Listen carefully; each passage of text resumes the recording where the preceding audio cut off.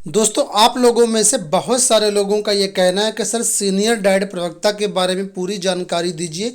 कैसे इसकी भर्ती होती है, क्या इसका वेतनमान होता है, एज लिमिट वगैरह क्या रहता है, सिलेक्शन प्रोसेस क्या रहता है।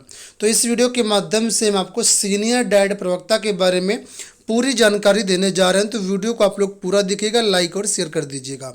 दोस्तों देखिए, जो डाइट होता है ये प्रत्येक ज़िले में स्थित होता है जहाँ से अभ्यर्थी डीएलएड कोर्स करते हैं, यानी बीटीसी करते हैं। ठीक है। और यहाँ पर जो सीनियर डाइट प्रवक्ता की भर्ती होती है वो पीसीएस के थ्रू होती है, और जो डाइट प्रवक्ता की भर्ती होती है वो अलग से आती है। तो फिलहाल सीनियर डाइट प्रवक्ता के लिए ऑनलाइन आवेदन इस समय प्रारंभ है। जो भी अभ्यर्थी इंटरेस्टेड हैं वो लोग यहाँ पर आवेदन कर सकते हैं। तो इसमें मैं बात करूंगा कि आवेदन कैसे करना है, कहाँ से करना है, कब तक कर सकते हैं, age limit, eligibility criteria, selection process के बारे में। तो जैसा कि मैंने बताया, ये भर्ती पीसीएस के अंतर्गत आती है। तो जो चीज़ें पीसीएस के लिए लागू होती हैं वही सारी चीज़ें आपके लिए भी लागू होंगी। ठीक है। तो फिलहाल अगर आप इसमें आवेदन करने के इच्छुक हैं तो 16 मार्च 2022 से इसके आवेदन प्रारंभ है। 12 अप्रैल तक इसमें आप लोग फीस जमा कर सकते हैं, और 16 अप्रैल 2022 तक इसमें ऑनलाइन अपना फॉर्म सबमिट कर सकते हैं। अगर बात करें पीसीएस के अंतर्गत जो पद होते हैं वो किस किस वेतनमान के होते हैं और कितने पद इस बार रखे गए हैं, तो यहाँ पर देखें, इस बार जो पदों की संख्या है लगभग 250 है ये, लेकिन पदों की संख्या अभी और बढ़ सकती है। ठीक है। और यहाँ पर जो भर्ती होती है वो ग्रेड पे 4600 से लेकर ग्रेड पे 5400 की भर्तियाँ इस बार आई हुई हैं। ठीक है। और इसी में से एक भर्ती है आपकी सीनियर डाइट प्रवक्ता की, जो कि यहाँ पर आप लोग नीचे देख सकते हैं, सीनियर लेक्चरर डाइट। ठीक है। तो इसी के बारे में इस वीडियो में हम चर्चा करेंगे। तो सबसे पहले देख लेते हैं एलिजिबिलिटी क्राइटेरिया, कौन कौन अभ्यर्थी इसमें आवेदन कर सकते हैं। तो सीनियर लेक्चरर डाइट यानी वरिष्ठ प्रवक्ता डाइट में अगर आप बनना चाहते हैं तो आपके पास पोस्ट ग्रेजुएट डिग्री होनी चाहिए और बीएड होना चाहिए। ठीक है। ये नॉर्मल सी डिग्री बोली गई, पीजी प्लस बीएड। ठीक है।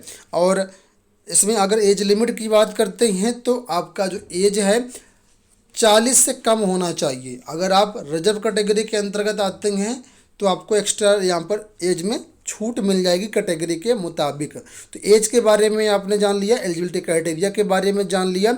एज की जो गणना होगी वो आपकी देखिए 1 जुलाई 2000 आई थिंक 1 से पहले हुआ हो आपका जन्म, और 2 जुलाई 1982 के बाद हुआ हो। इसके बीच में अगर आपका डेट ऑफ बर्थ बिलोंग करता है तो आप यहाँ पर आवेदन कर सकते हैं।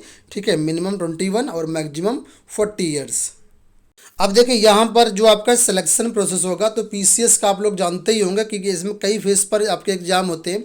सबसे पहले आपका प्री एग्जाम होगा। ठीक है। उसके बाद मेंस एग्जाम होगा, और उसके बाद इंटरव्यू होगा, और इसके बाद फाइनल मेरिट बनेगा। अगर आपका मेरिट में नाम आता है तो फिर आपको यहाँ पर जॉब मिल जाएगी। अब प्री एग्जाम के बारे में बात करेंगे तो प्री एग्जाम में जो है आपके 2 पेपर होंगे। ठीक है। जो 2 पेपर होंगे, दोनों पेपर आपके 2-2 घंटे के टाइम ड्यूरेशन के रहेंगे। अलग अलग पाली में आपका पेपर होते हैं ये। ठीक है। 200 नंबर का आपका दोनों पेपर होगा, यानी सुबह का जो पेपर होगा, फर्स्ट पेपर सुबह पाली में होता है, शाम पाली में सेकंड पेपर होता है। 200-200 का पेपर होता है। इसमें से जो पहला पेपर होता है, जो जीएस का पेपर होता है, ये आपका एक तरीके से मेंस एग्जाम के लिए जिम्मेदार होता है। जितना ज़्यादा आप फर्स्ट पेपर में नंबर लेकर के आएंगे उतने आपके मेंस में जाने के चांसेस बढ़ जाते हैं। और जो इसका प्री का जो सेकंड पेपर होता है उसको सीसेट बोला जाता है। ठीक है। और इससे ये केवल सेकंड पेपर जो होता है केवल क्वालिफाइंग नेचर का होता है, उसमें केवल पास होना होता है। 33% मार्किंग आपको लाना अनिवार्य होता है। 100 में से 33 नंबर अगर आप ले आते हैं सेकंड पेपर में तो आप क्वालिफाई हो जाते हैं। लेकिन फर्स्ट पेपर जो कि जीएस का मैंने बताया, इसमें आपको ज़्यादा से ज़्यादा नंबर लाने होंगे मेंस में एग्जाम में जाने के लिए। ठीक है।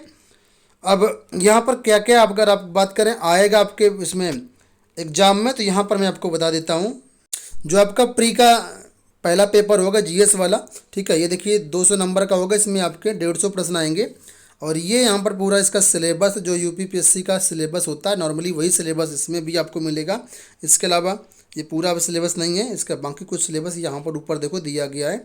ठीक है। तो ये सिलेबस आप लोग डाउनलोड कर सकते हैं हमारे टेलीग्राम चैनल से, पूरा नोटिफिकेशन आपको मिल जाएगा। अब जो पेपर 2 होता है उसमें आपके 100 क्वेश्चन आएंगे।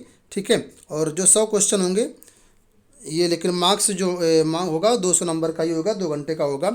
इसमें आपका ये देखा सारी चीज़ें आएंगी, एलिमेंट्री मैथमेटिक्स भी आएगी और जीएस वगैरह भी आएगी, रीजनिंग वगैरह भी आएगी, ठीक है।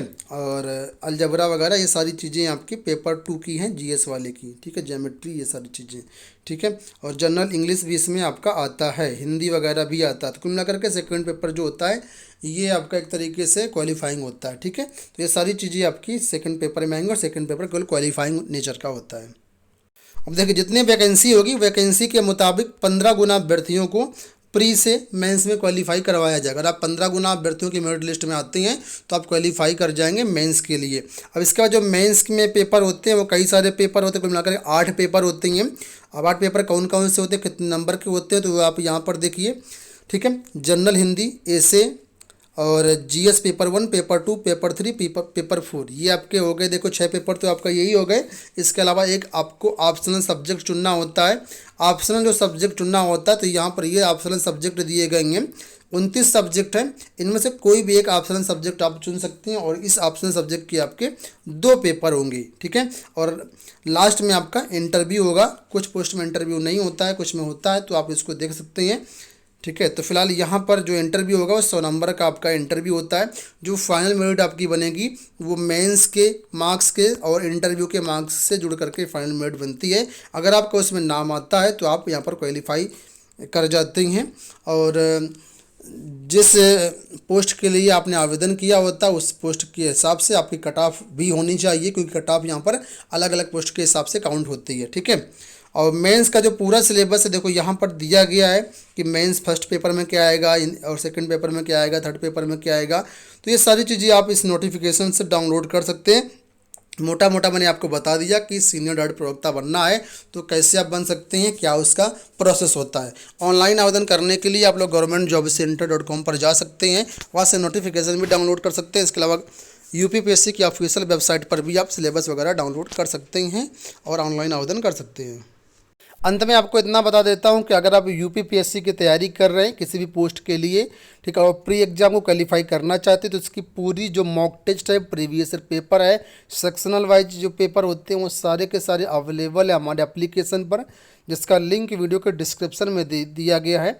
वहाँ पर आपको ऑल एग्जाम में जाना है, उसके बाद सिविल सर्विसेज में जाना है, इसके बाद स्टेट पीएससी में जा करके आप अपर सबऑर्डिनेट वाले जो मॉक टेस्ट है उनको आप लोग चेकआउट कर सकते हैं। यहाँ पर देख सकते हैं लगभग अब तक 8,321 स्टूडेंट ने इनरोल कर रखा है और 50 से ज़्यादा मॉक टेस्ट यहाँ पर अवेलेबल हैं, जिससे आप अच्छी तैयारी कर सकते हैं। और साथ में जो जीएस वगैरह है वो भी पूरा आपको इसमें मिल जाएगा।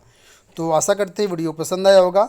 इस वीडियो में इतना ही। इसी तरह की अपडेट पाने के चैनल को सब्सक्राइब कर लीजिएगा। धन्यवाद।